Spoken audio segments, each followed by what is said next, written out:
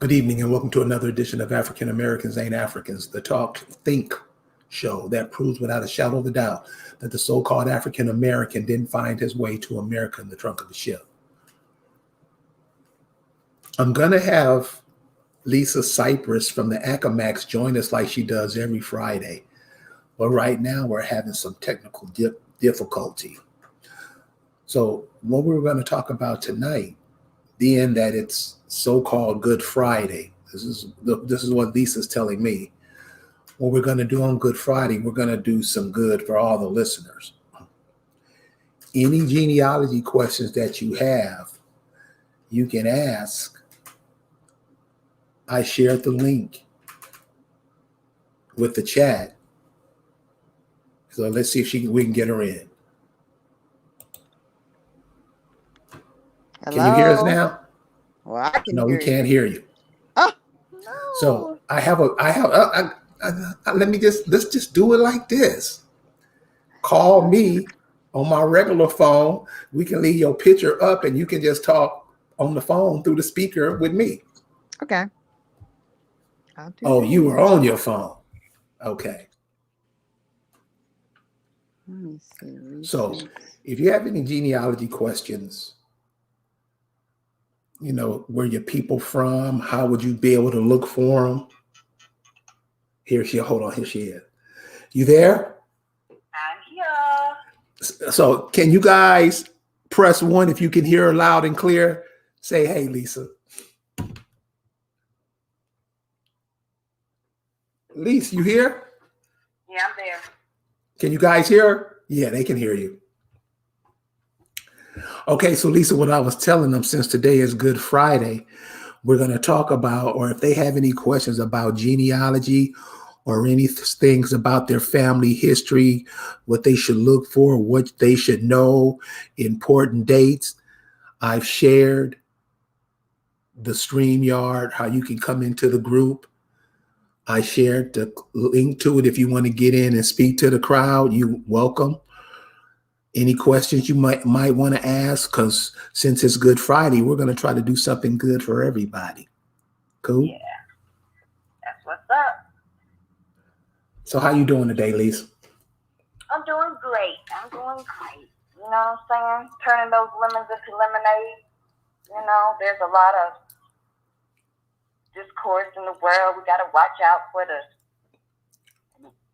we got the Adolf that's trying to jump into reparations without knowing themselves. And we got the blacks who don't know anything about themselves. We got the Nigerians that's coming trying to, you know, make coins on our backs.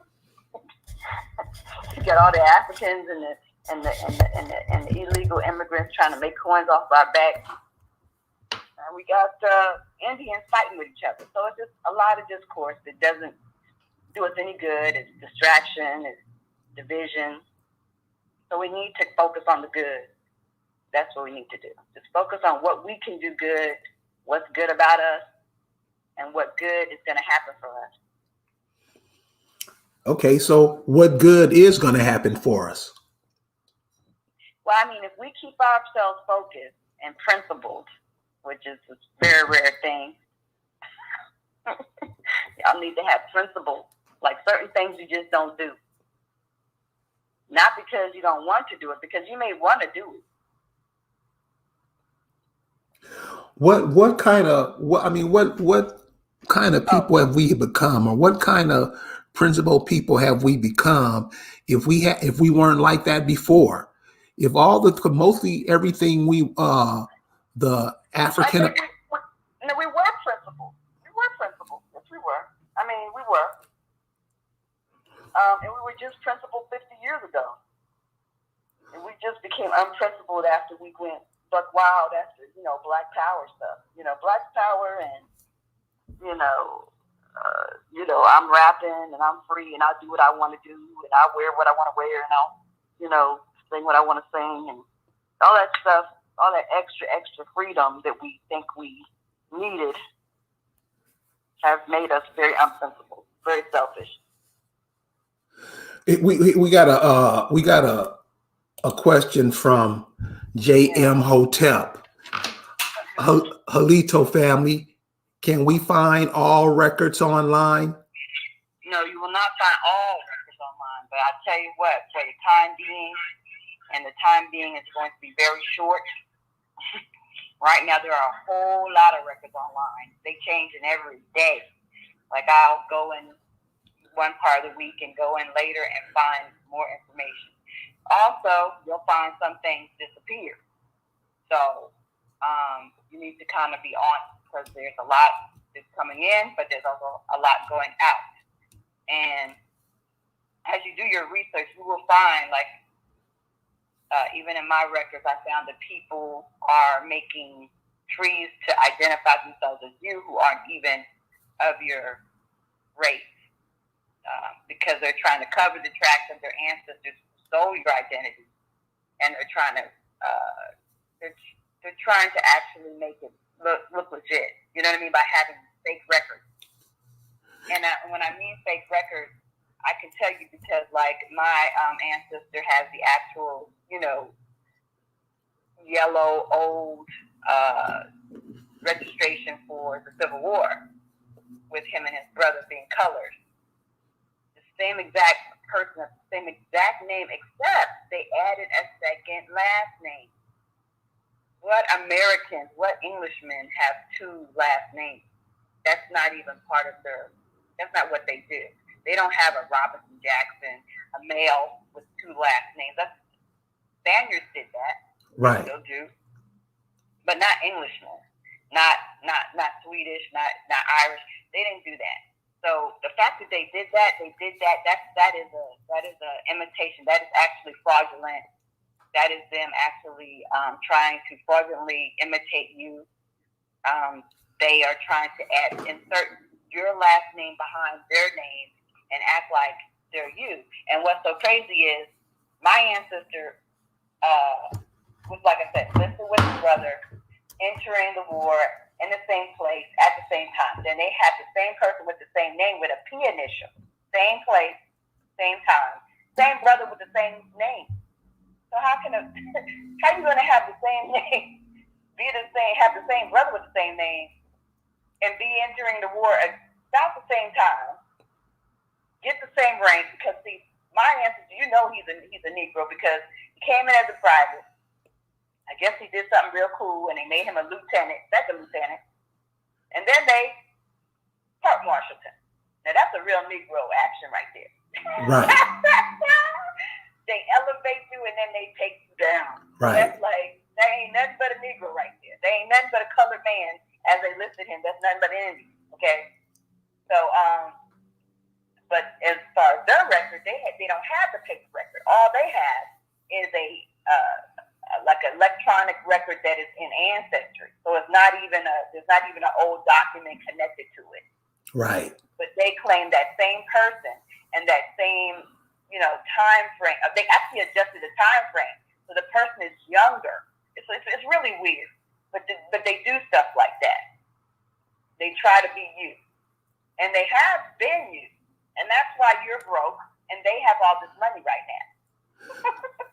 Because in the 1800s, they took your land and they took your identity, and your people don't know it, because they weren't told. I mean, you have to understand, terrorism is a real thing. War is a real thing.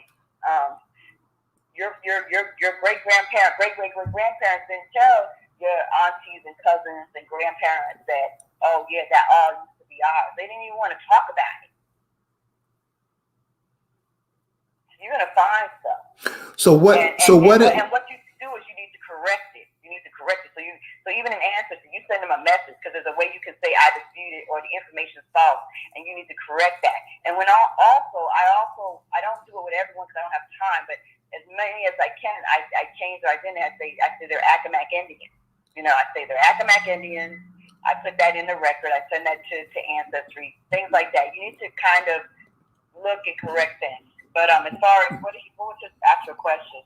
Can you find them all online? No. You're going to have to go to some of your actual location. You got to go where your people are, whether it's finding Bibles in churches or with family members where we have family trees and birthdays written in there, whether it's talking to old people, whether it's going to the courthouse and getting court records, whether it's going to the library in the towns that you live in. You also have, some things can be done online, because like I've been on Clubhouse and I've been helping not strange people, but strangers with their genealogy, and I've been helping my, daughter's boyfriend, different people with their genealogy, and looking at his genealogy. He's a Georgia guy, and his people have been in the same county in Covington, Georgia, for a very long time, forever. So when you start knowing that they're there forever, and they migrated to places like Alabama and up to Chicago, then you start looking at, okay, do you understand that your people existed before there was a county? You know what I mean? Say that one more time. Your people existed on record before there was a county. Okay, so Georgia didn't even organize as a state until after the 1800s.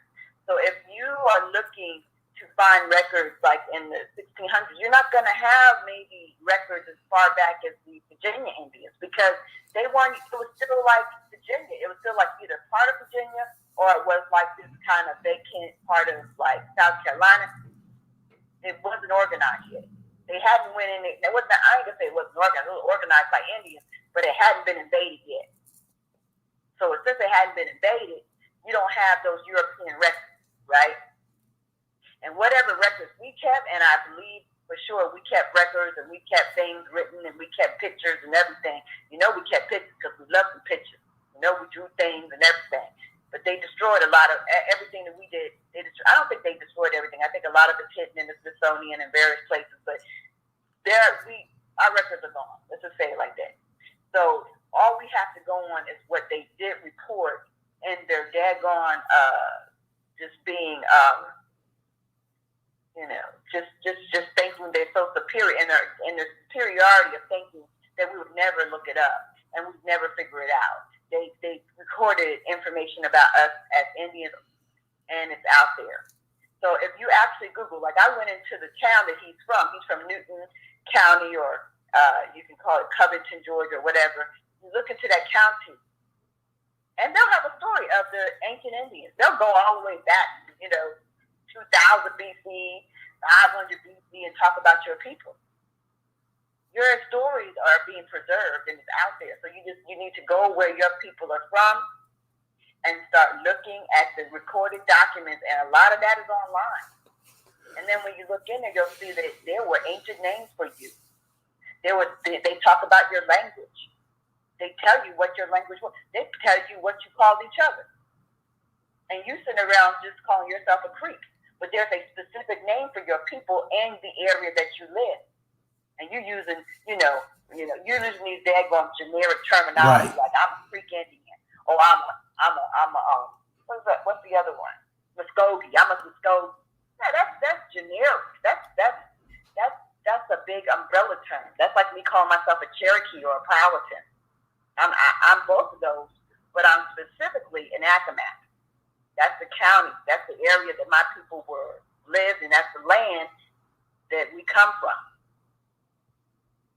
You have to find that out by looking, and you can start that whole research online, and you can get really far right now.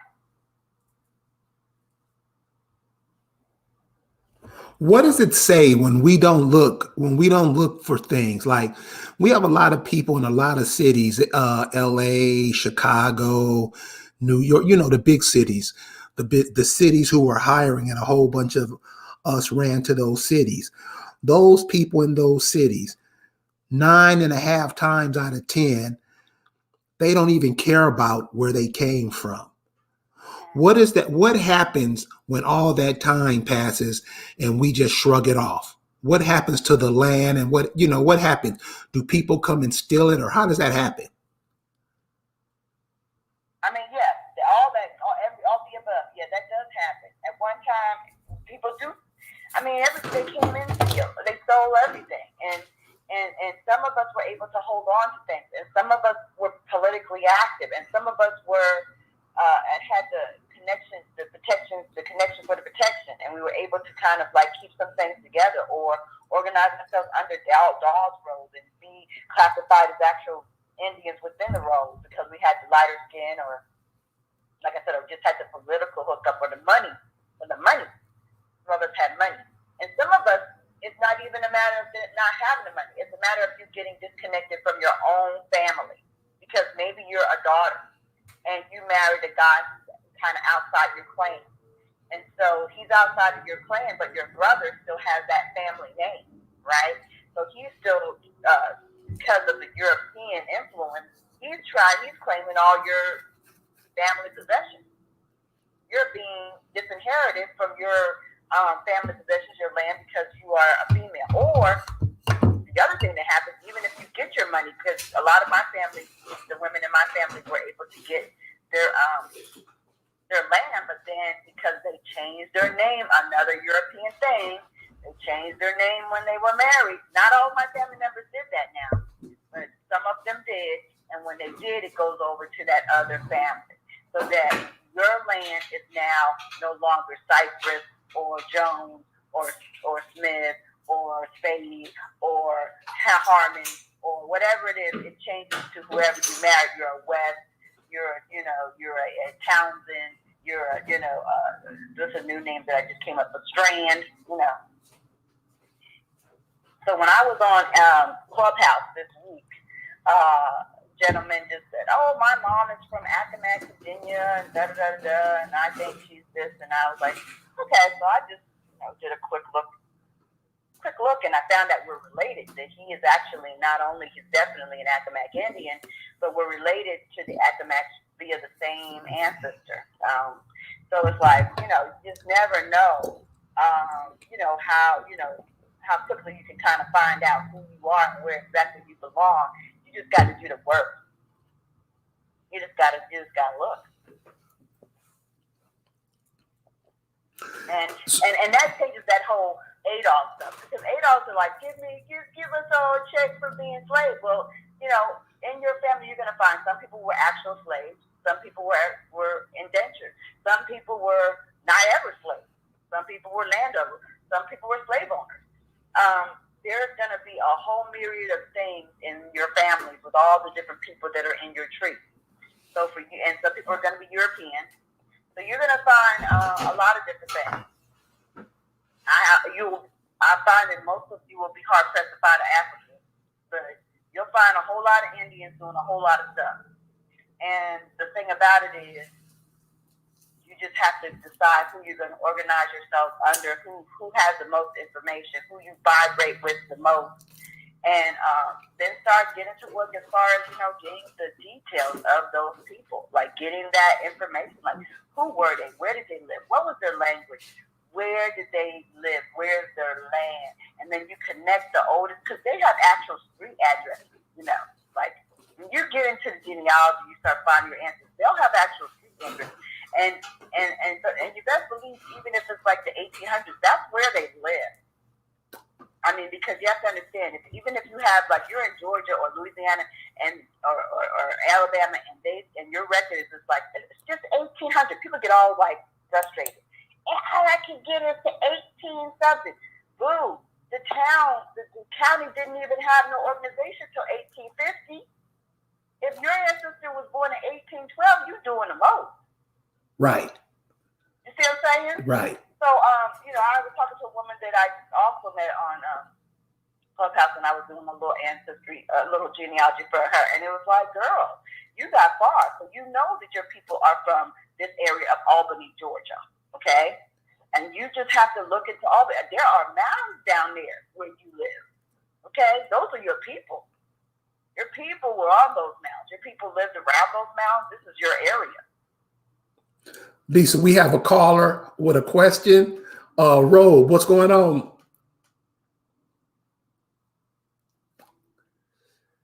Hello, Robe. All right, just call back if you can get hooked up again. But Lisa, what are some of the ways? Like, say if I'm in, like you say, out New York, and I want to find my people, and so, what are some of the first things that I got to do? Well, the first thing is you got to start talking to your family and finding out the oldest people that you can identify, at least the year that they were born and the first and last names of like at least 4 grandparents. If you can get that far, if you can get great grandparents, even better. But try to find your 4 grandparents, first and last name, and the approximate year of their birth. And the older they are, the better, because like as you get closer to, past the 1900s, the records get simpler because the censuses weren't really being collected in the same way. But, so try to get that far. It's going to be easier to look if that's the case. But start with that. Start with asking the questions. Get in the first and last names, and then you can just start stuff, and things will open up really quickly. Because, like I said, the information and the records are really good now, and Ancestry is like really much better than it's ever been. Right this minute. I don't know how long it's going to be good like this, where it has a lot of information, a lot of little leads, a lot of little helpful hints. I don't think it's going to be like this for long because we're waking up and figuring out stuff. But maybe it will, because there's a lot of dumb people who are still just African Americans living their best lives, trying to get back on a cruise ship and go on a plane. You know what I mean? There's a whole bunch of us. There's our ADOS who's trying to act like we are chattel slaves and we're being whipped every day and didn't get free until after Juneteenth and want to make Juneteenth a holiday. There's a whole bunch of stupidity going on.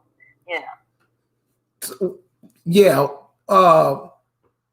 Another thing you might want to check out, or what Lisa said is, and this is what I call you fill in the cracks.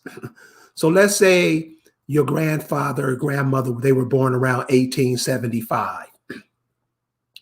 Another thing you might want to check out is the children they had, because all of them have information on the family.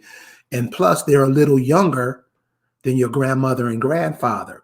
So those children and their children, so when you searching for family, you got a big thing to do, because you don't come from just 1 or 2 people on a slave ship. You come from a village of people. Right. So when you check in the family, okay, let's say you get the grandmother and grandfather and they was born in 1875 and then they died around 1960, 1970. There's a lot of stuff that those people did while they were here. And anything you can think of, because they were here. Go ahead, Lisa. Also, look at the when you're doing research, like places like Ancestry, there will be other people looking for the same people you're looking for, because like you said, Carrie, there's a lot of people in the family. Right. And just you just have 1 or 2 people. That's what you got is 1 people down the line, and there's like 9 kids. So right. 9 kids got all kinds of other big families that right. they made. So there could be somebody all the way across the country who's actually looking at your ancestor because they're working on that tree. Maybe nobody in your family is working on it, but when you look on Ancestry, you can actually click a little thing on the side that says others who are looking for this person. And when you see others that are looking for this person may have all your stuff worked out for you, at least all the other extended relatives.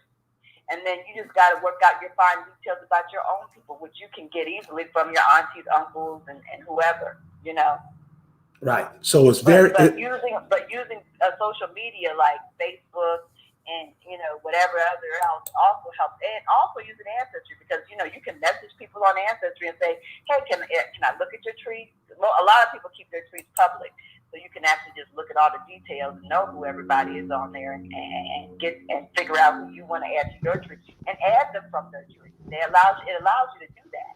So you can get a lot of information just from being on there, and it's free at the library. The public libraries actually have free subscriptions to Ancestry, and they have a free 2-week trial that's available for people who haven't tried it before, but it's very, very good right now. And that's all any genealogy is going to do, or somebody who you pay, they're just going to get on there. Now, it's a little tricky. Like, people need help navigating because they're just not familiar. And they'll say to me, oh, well, how did you find that so easy? And I've been looking. I said, well, it's just because I know the shortcuts. I know the tricks. I know that people, they use nicknames sometimes. So you can't go by that name. or maybe Sam is Sammy, or Sam is Samuel, or maybe they're not even using that. Maybe they're using their middle initial or their nickname Queenie or something, or like, or Paul or something else. You don't know. So what you do is you have to look carefully at the people that are in that area. And then when you look at that person that has maybe a different name, but is in that same area, you look at their race and you look at their siblings and you look at their wife and their kids and look at the similar names. Because if you see that there's a Jonesy in their family and there's a Thomas, and because we share names, so that's how you know you have the right person. When you see those same names being utilized, you're like, oh, that's Samuel. He's just calling himself S now.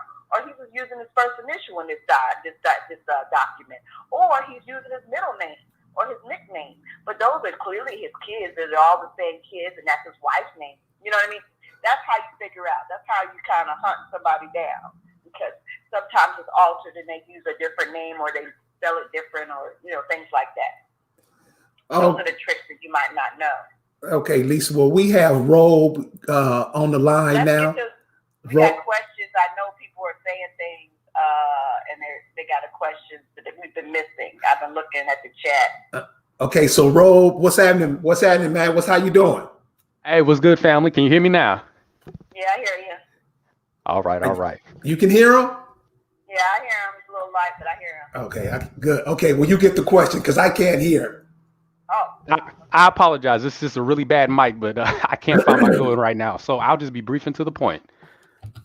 So you've been saying a lot right now. I know I really just have to do my own research. And from what you're saying, I really just need to do the lead work and go to places where my family originated from, and I can get more answers. But in the meantime, while I'm doing my online research, I was just wondering, is there a practical method that you know of to really trace the roots or origins of some of our names? Since I know that we took on Christian names. $5 Indian is somebody who signs up to be an Indian. So like say, if they're signing up for Section 8, you go down and sign. You can go and sign up for it. That's what a $5 Indian is. I don't think that's what he said. No, this is one of the questions on the. Oh, okay. So a $5 Indian is when white folks went and signed up for being an Indian to get land and all that other benefits. Yeah, he's asking a question though. Yeah, I'm still with you. I just paused because he was reading somebody's question. Go ahead. Okay, I appreciate you. No, but I was just curious if there's a practical method that you know of to go back and decode some of our surnames, since I know that they were Christianized and anglicized, but I was told that a lot of them were based on original names and changed. Can we get the question? Because we can't hear it. Okay, let me tell you what the question was. He said, is there a methodology for decoding our surnames, because we were Christianized and anglicized, and how can we really find out? What I think a lot of people are assuming that our surnames are actually Christianized and anglicized, but a lot of our surnames are indigenous. And like, even if you research on European written books out of these universities, like Helen Roundtree, she writes clearly in her thing that she lies about us and says we're white people that paint ourselves red. But in her truth, she says that Johnson is an indigenous surname. You see what I'm saying? So a lot of the surnames that we speak are European are actually indigenous. All right. So we might have to adjust our thinking on that. And with that, let me just bring this up, Lise. Remember, these people came over here.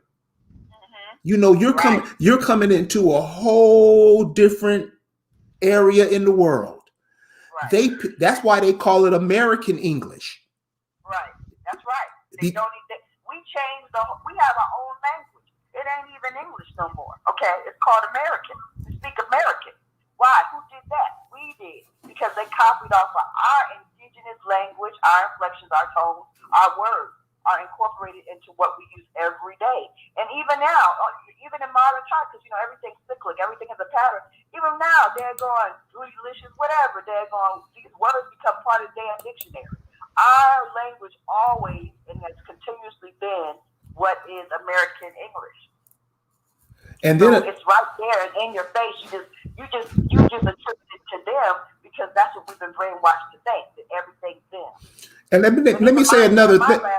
My last name Cypress has been shown to have originated in Virginia.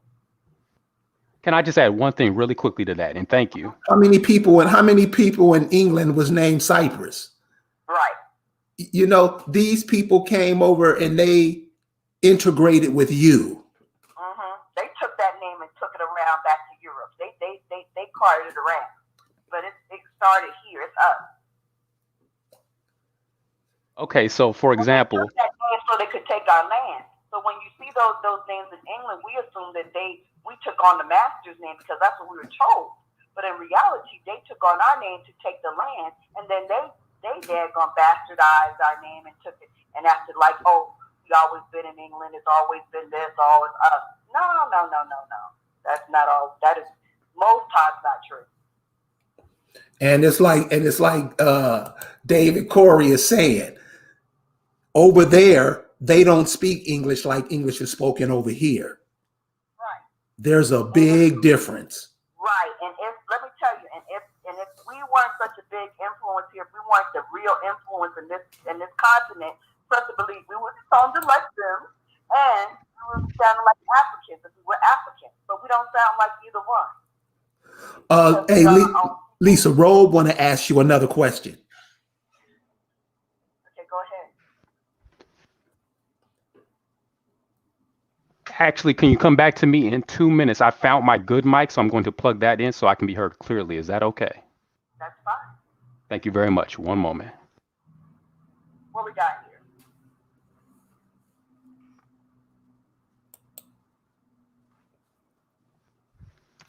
What's the next question, Kerry? The guy who was talking Oh, okay. that we couldn't hear. Okay, go ahead.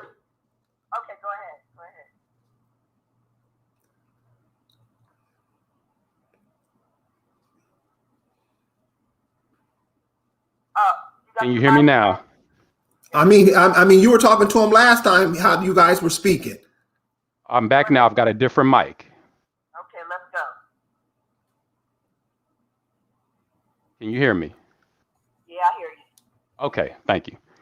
So to what you just said earlier, I took all that into account, and I just wanted to clarify one thing with what I was saying.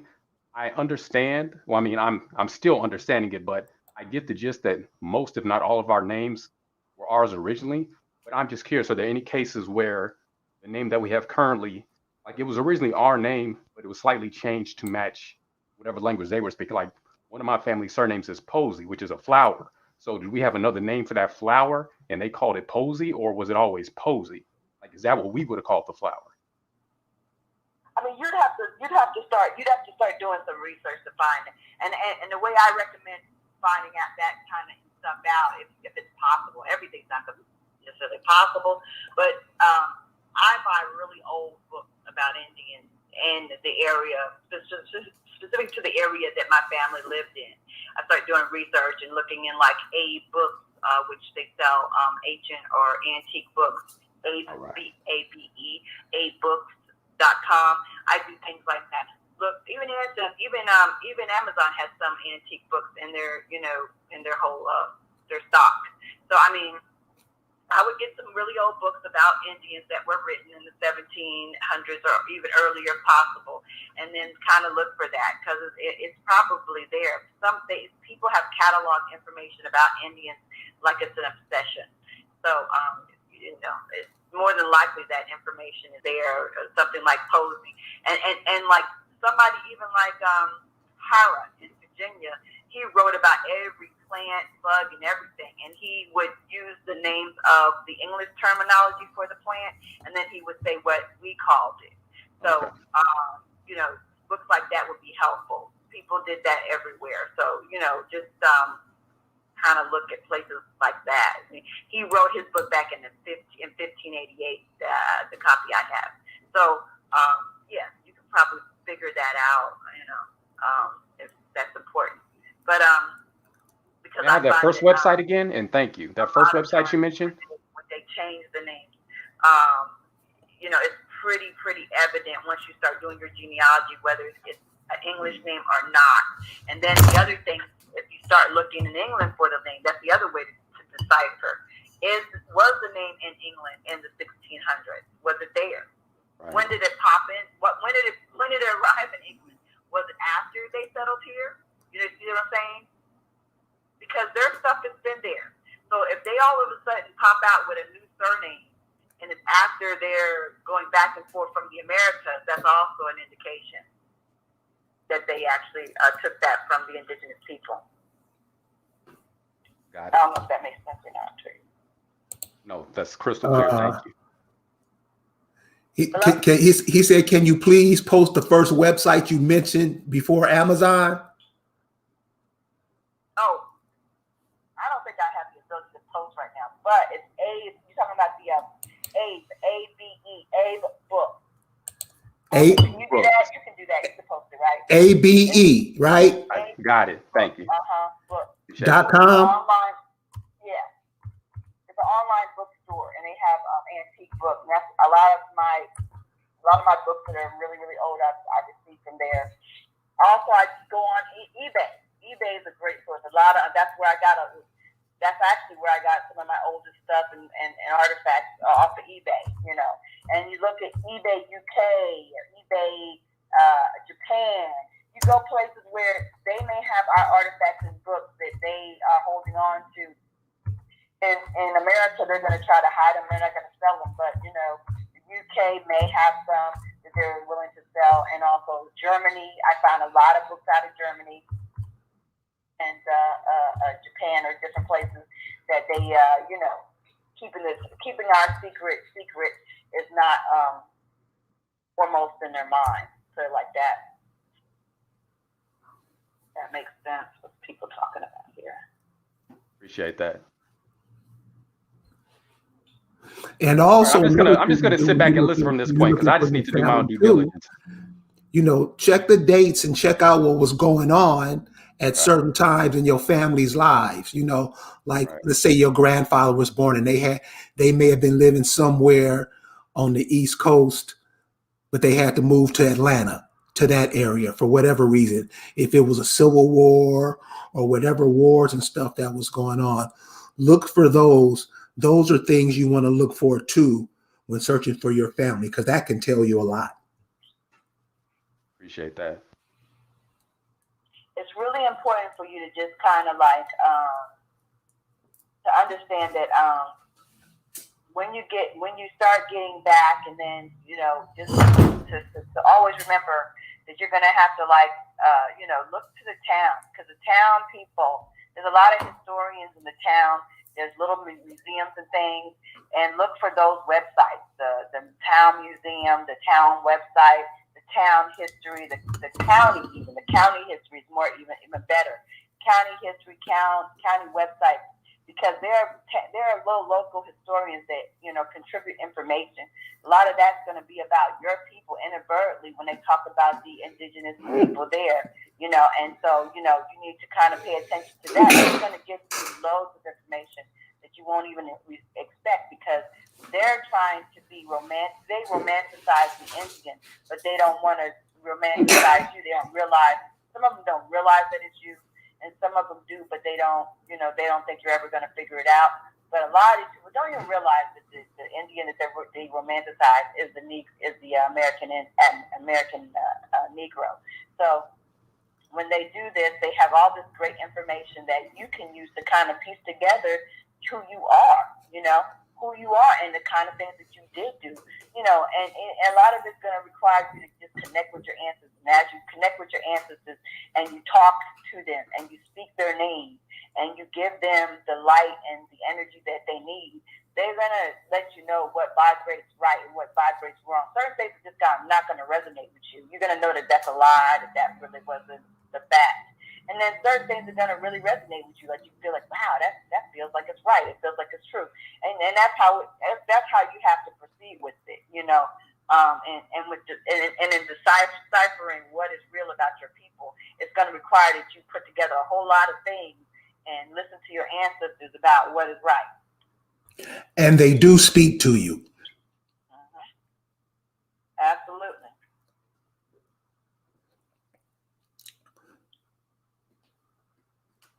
So is there anything else, you know, in searching for our families, What is the most important thing you think we overlook when we're looking for our families? What is something that we just overlook? I think we overlook I think a lot of times we overlook the context of which, like you said, like the history of the time. We have to understand what was going on at the time when we're looking. If it was the 1900s, you got to understand that it was the Depression. So people might have had, financial issues. They might have had to move. They might have lost the house. They might have had to sell something. They might have had to move or do something. People might have had to live together. People get older also. When you lose track of somebody, I don't know what happened. I've lost, Queenie. She disappeared. Well, she's older. Her husband died. She probably moved in with one of her kids. You see what I'm saying? So then you got to go through all the kids and look for Queenie. She's going to be somewhere probably on the census with one of those kids. Also, you need to understand people disappear because the census is a 10-year gap. So in 10 years, in between that time, people die, people move, and you kind of may lose track of them. That happens. They die off in between the census, you're going to just lose. The track's going to go cold. You're just going to lose them. Hey, Lise, let me ask you a question, Lise. This supposed last year's census, it just disappeared. Mm-hmm. What's up? Nobody. I don't even see any results from this last census. Right. Yeah. That's not being shared. There's no like, all the hoopla about the census, and now where'd it go?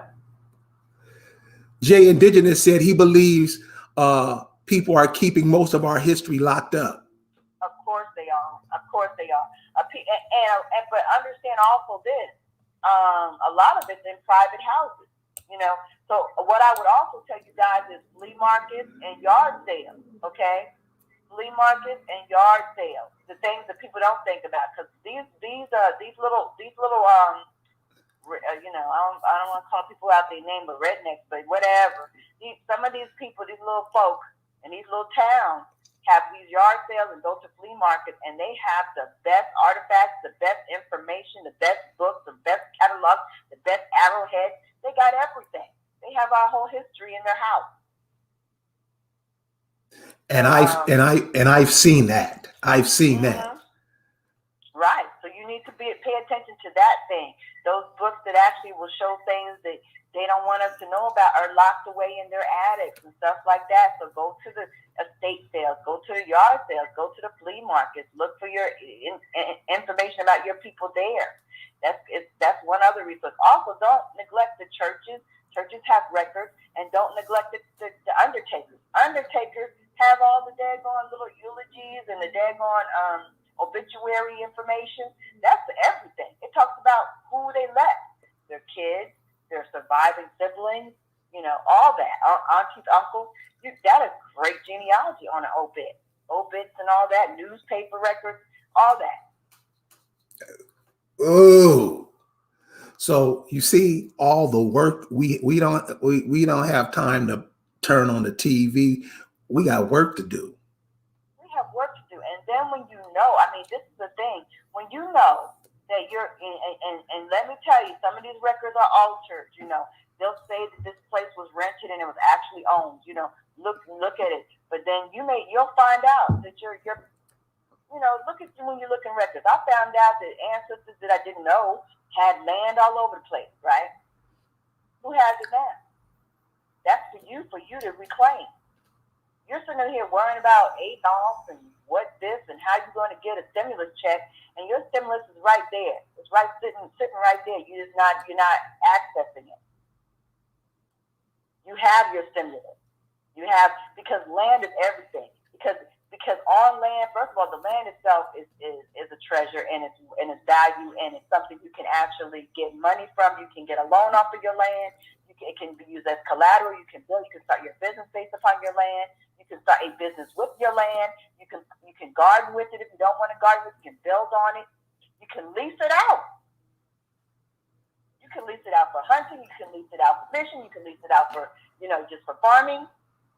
You don't want to use it, you can let somebody else use it. It is a foundation to wealth that they have been using for hundreds of years. and now you need to go get your stuff. Why are you fighting each other? Why are you backbiting? Why are you worrying about petty shit? These ADOS are confused. These black people don't know who the hell they are. These Nigerians are trying to go scratch and get your crumbs. Whatever. They're all going to be done for soon. Go get yours, and what you need to do is secure yourself as the American that you are, as the American, as the Amerindian. Amerindian people. You have to actually declare yourself. Americans. American. Understand your people. Let your family know who they are. That's a lot of work in itself. Once you do the research and then you got to share it. It's a continuous process. I'm still in that process of sharing it with people, and need to do. I'm planning on doing wows or what's up with my family, so I can show them the genealogy and share it with them, so they can understand. Because when they get seated in it, you have to seat them in it. It's one thing to talk to them about it, but they, we are a sounds good, looks good people. If it sounds good, we believe. Right. If it looks good, we believe. You know what I mean? So that's why we have the cartoon that we're doing, the animation, to try to get people to understand, to see ourselves with brown, dark skin, and see ourselves with curly hair and with our kinks and curls, and see us and recognize us and see it and be comfortable with the new information of who we are. Right. Also, I need to introduce them to their real history. And so, that's a means of actually understanding how we got here, how we got to this point in time. Because we all believe the narrative. We believe we all came on slave ships and, we were all shackled up all this whole damn time, and all of us was just lately freed, and we really ain't got nothing much that we can do because we just lowly old Negroes. That's the narrative, cuz. That is. That's what everybody thinks, and then we buy into that. And even though we know, we sit there and have Black History Month, and we say, "Oh, this one invented that." Those are some other people in our minds. Those aren't our relatives. Right. We disconnect from it, even though we hear all this stuff we did. We were inventing all the time on all different levels every day. Some of us are the real McCoy. Some of us are related to these people. We just haven't done our genealogy. Right. Even if you weren't some famous inventor relative, you were some great businessman's relative. You were some great academic relative. You were some great politicians. You were some great organizers relative. You were a great daggone farmer's relative. You have greatness in you. We all come from royalty. We all come from people who have been leading this land, owning this land, mastering this land. We are those people. You've heard of the story of the Wright brothers, right? Oh yeah. Does it seem logical that people would come here,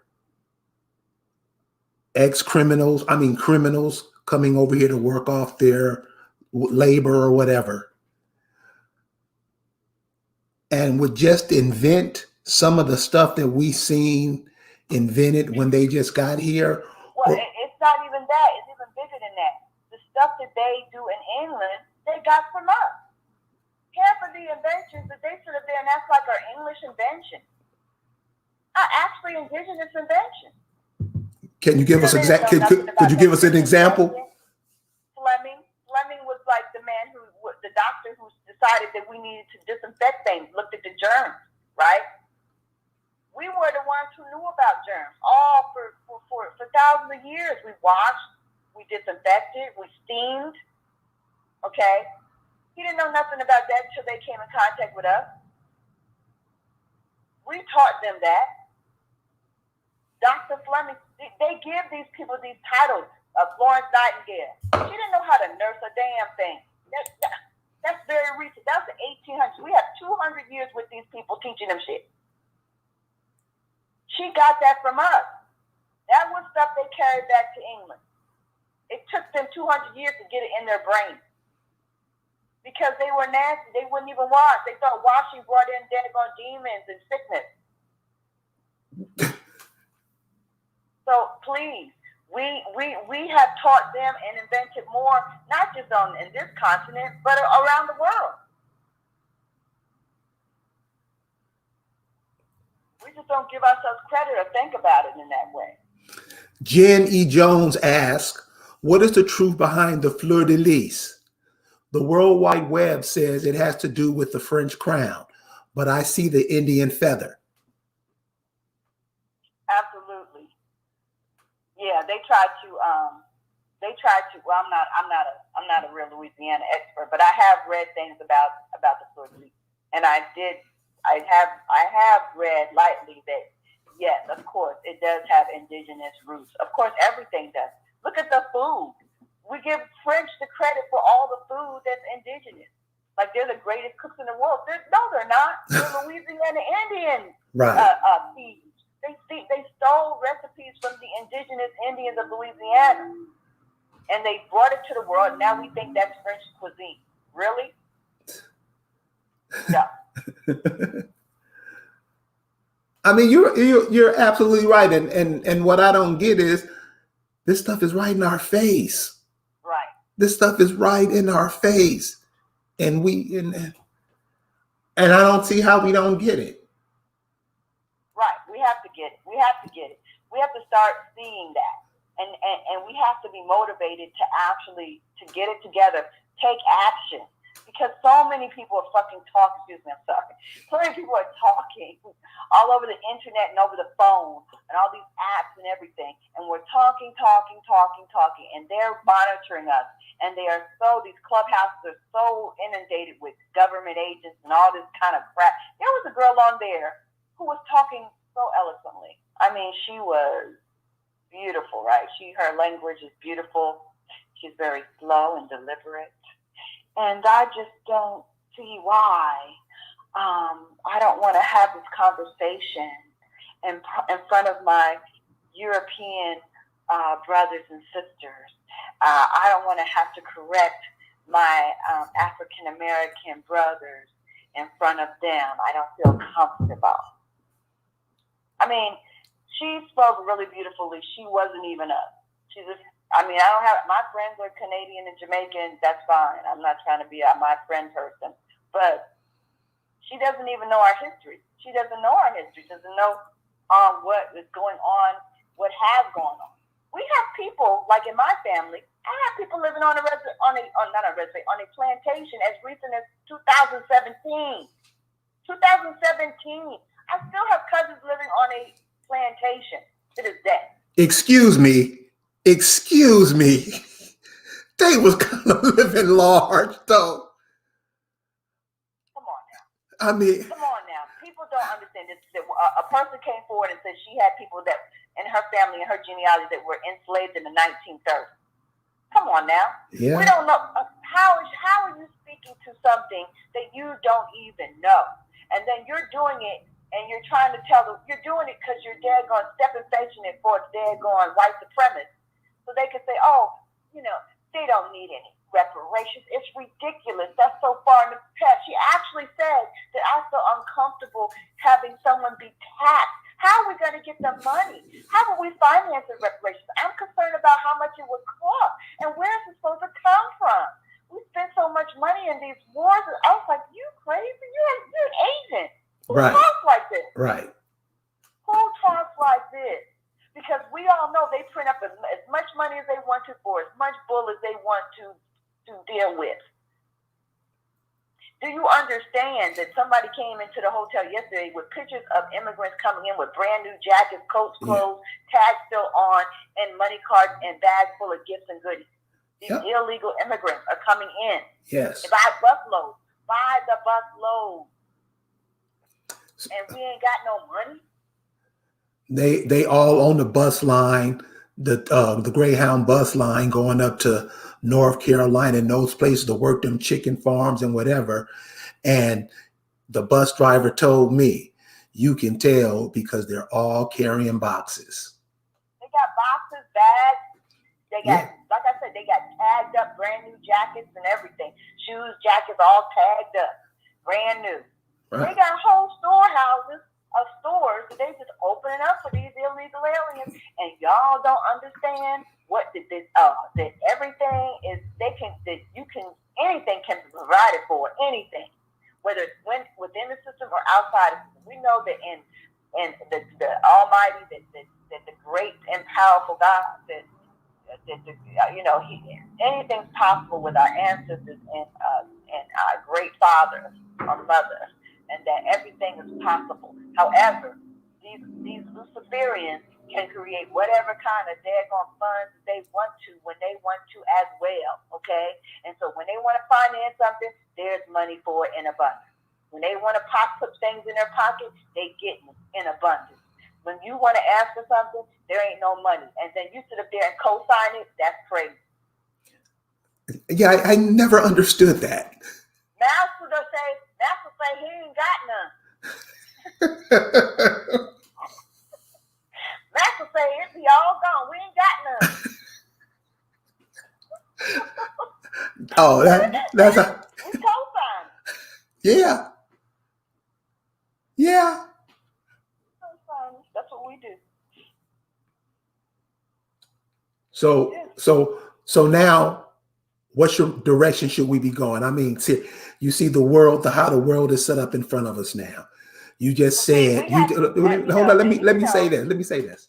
You just said Mexicans are coming in, or people from South America, the Arabics, the Africans are Uganda and daggone Ghana and everything. They coming in by the droves. They coming in and they coming in equipped to win. Okay, they coming in equipped to win. So meanwhile, we got everything being taken from us by the minute, and they're trying to murder us, and they're taking our dumb people at the house. Our dumb relatives are watching the TV, getting ready to get an injection in their arm. All of our dumb ass relatives, right, are sitting in front of the TV while we're speaking right now, and they're just contemplating. They're Googling where they can get a damn injection. Yeah, they're Googling it. So the people who are awake and the people who are waking up to this reality, what should they be thinking next 3-5 years? Okay, so what we have to do right now is be prepared to protect yourself. If you do not have a affidavit, if you have not at least a lot of people say, well, you gotta get your straw man together. I'm cool with that. I think when you know who you are and you declare yourself as who you are, that's all. They already know who we are. All this extra steps of like declaring yourself, getting your straw man straight, I think it's freaking a little extra ridiculous because it's all bullshit anyway. Right. Either you know who you are or you don't. And you let them know that you know who you are by sending out a declaration and making moves. And one of those moves is sending out the declaration, making sure all the politicians know that you know who you are, all the government agencies know who you are, okay? And the more you exercise your identity as the Indian that you are, the more you are protected. Right. If you go to your county houses, you go to your stores, like my sister does, and use her Indian ID and make sure she's tax-free everywhere she can possibly be tax-free, she does it. But if you don't use it, you're going to lose it. It ain't going to be nothing. Right. It's only as much as you work. Right? So first of all, you got to figure out who you are and what Indian you are, and stop being these generic Indians. I've seen people say Chickahominy and all this stuff. I love the Chickahominy. They're nice people. I met the Chiefs. They're very nice. I like those people. However, did they invite you in? Are you a member? Or are you just claiming your heritage because that's what you know it is? If they ain't claiming you. If they ain't claiming you, you need to get yourself organized and stop bullshit. Right. I mean, there are other sub-tribes and tribes. They're actually Chickahominy. You just have to do your research. It's very easy because there's a whole lot of information on actually organized tribes out there. There's a lot of documented information. So do your research and organize your family under the people that are actually your people from the area and from which you come from. And if you can't get, you go back as far as you get back. You go back as far as you get back. If you get back to the 1800s, that's good. What Indians were there then? Not then, but what areas, not even what Indians were there then, but what Indians existed in that area that you found your people at. As far as you go back, find the Indians there. As far as you can go back, that's as simple as I can tell you. As far as you can get back, look for the Indians at that area. And that's who you is. And that's who you are. That's it. It's not complicated. It's not complicated. And when you say the names and you look at it, you just go resonate or it's not. But if it resonates, you'll be like, yeah, that feels like that's right. Yeah. And then you just move on. You're like, okay, then you do your you make yourself your nonprofit entity, your LLC, your not LLC, but your corporation. You incorporate yourself as the people that you are. And you put everybody under the umbrella of that people. We are the indigenous, Yamacraws of Georgia. Yeah, man. Very simple. So Lisa, and as you organize, then you can do things. You can apply for loans. You can go ahead and research where your land was and start making moves as far as reattaching yourself to the land that belongs to your people. Get it done. While everybody's sleeping and distracted and stupid, you can be getting things done for your family. And they're not going to help you. Don't look at me like, oh, Lisa, I'm doing this stuff and ain't nobody helping me. Well, I'm going to tell you right now, ain't nobody going to help you till the money comes. They're not going to help.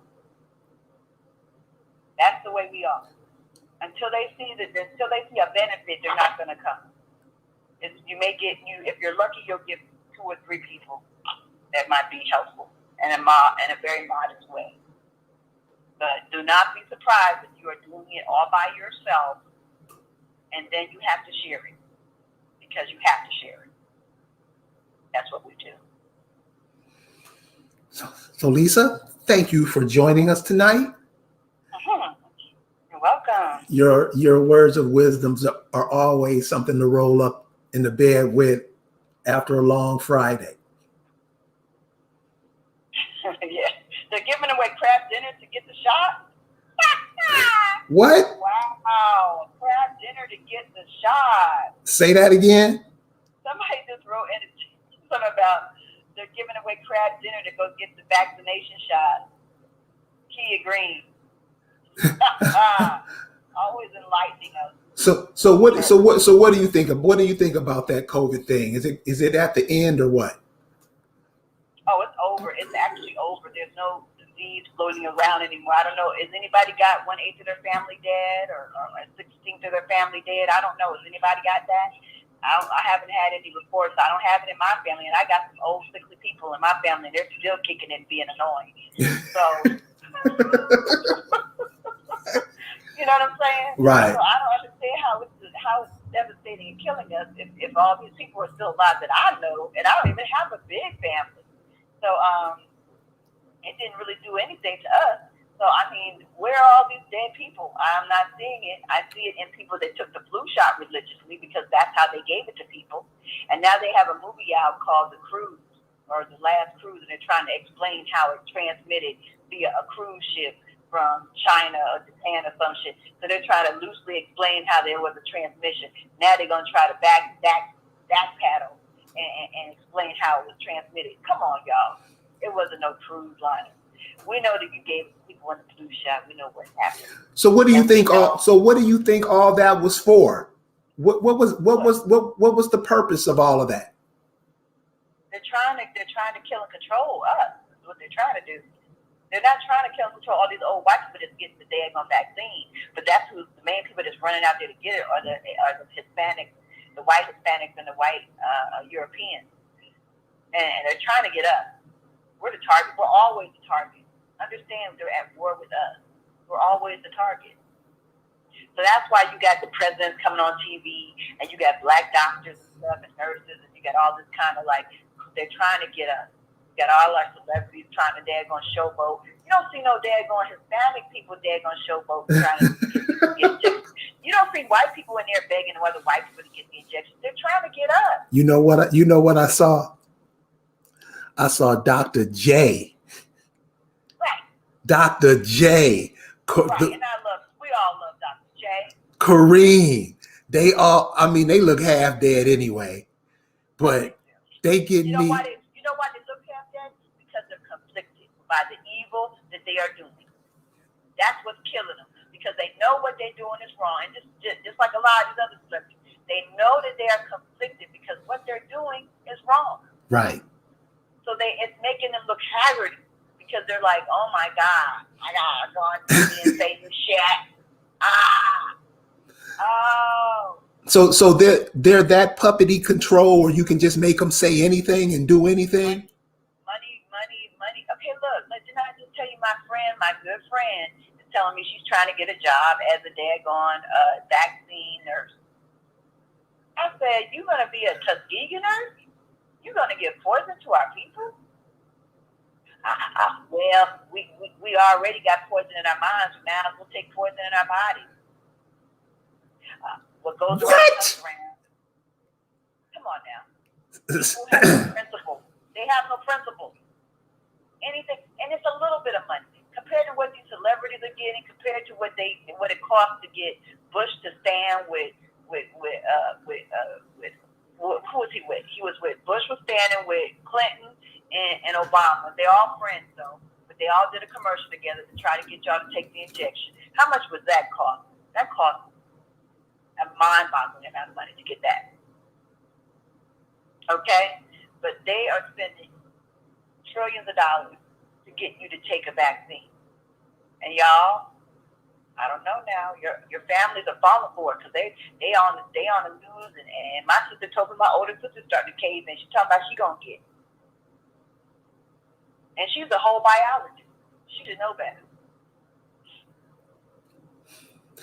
You know what I feel like doing sometime? Have you ever see a movie? It's an old movie, a comedy called Airplane. Yes. Where they were beating.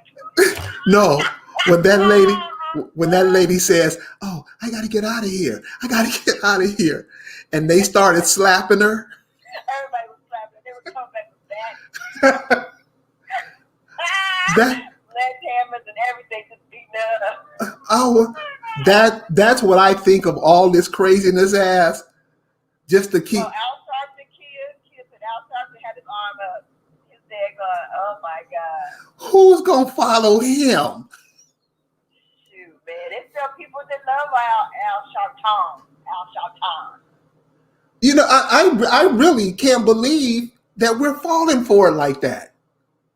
No, they're desperately trying every avenue to try to get to us. You know, they're trying every avenue to try to get to us. That's what they're just doing, and I think it's working for people. It's working for people. I mean, maybe your cousin likes Al Sharpton. You know, that could be the trigger. You know, maybe Dr. J with his big old fro and all that history and his gray hair now looking all cute.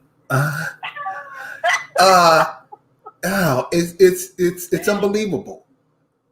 It's unbelievable. So Lisa, if somebody want to get with you and they want to, his arm blew up here. His arm got swollen. Who?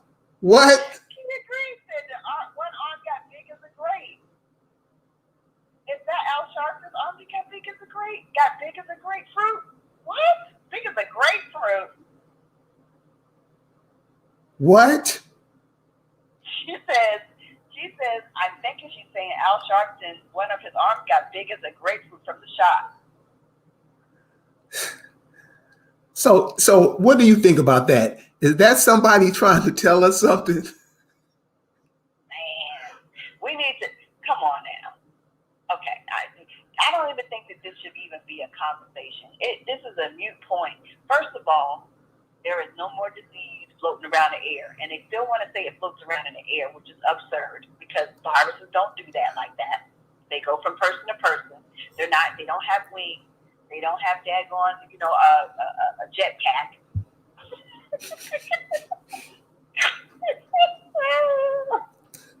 I don't understand how people just let go of science, let go of logic, and just be like, yeah, whatever the TV says, I believe. We really got to this point. Yeah, we got. Hey, I be seeing people with 75-inch screens every day. Man, who thought it was going to do that to people where they are just controlled by this damn thing so much that they can't even have a thought of their own. Also, y'all, stop using fluoride toothpaste. I don't know if anybody's using fluoride toothpaste, but go get yourself some non-fluoride toothpaste because that all affects your pineal gland. And It really does. To block all this other stuff out that they're trying to influence you with. Like, try to, don't use aluminum deodorant. Get yourself some non-aluminum deodorant. Try to protect yourself from some of the things that they are trying to weaken you with. That's the other thing. I don't know, because I've been kind of free from some of those things for some time now. I don't know if that's helped me, but I'm just going to let you guys know in case you don't know. Get rid of that from your life right now. Go to Walmart and get yourself an alternative. They have it there because we have to be clear-minded. We have to not be influenced. We have to be safe, and we have to work on our life and our safety net. Everything should be about protecting yourself and declaring yourself smart, smarter than the average bear, because there's a lot of stupidity going on. And the whole goal of your life right now should be like, look, government, look, Luciferians, look, globalists, I'm smarter than this shit. Don't try this shit off your mind. We good. We are good, and we are coming for what's ours. That's what you should be doing and declaring with your research and with everything, how you organize yourself right now. That should be your goal for 2021. Get it done. Lisa, if anybody in the chat, you all at the Indigenous Council Summit in Virginia from the 9th to the 12th to the 11th. I hope to see you all there, and we'll be sharing a lot of information. Also, like I said, affidavits, also declination, so you can just say I decline to get this daggone thing, and make sure you look up the things that are on that particular vaccine they're trying to give you, and make sure you know that you're allergic to that, and document that. Okay, so protect yourself, protect your children, get your children out to school. People that want to be school teachers, that are teachers, you need to start organizing your own schools, either mobile schools, like there's a nice company in Atlanta that has a mobile tutoring. No, the mobile school business is doing so well they can't even book enough people. We want to be taught by our own. Our kids want to be taught by our own people.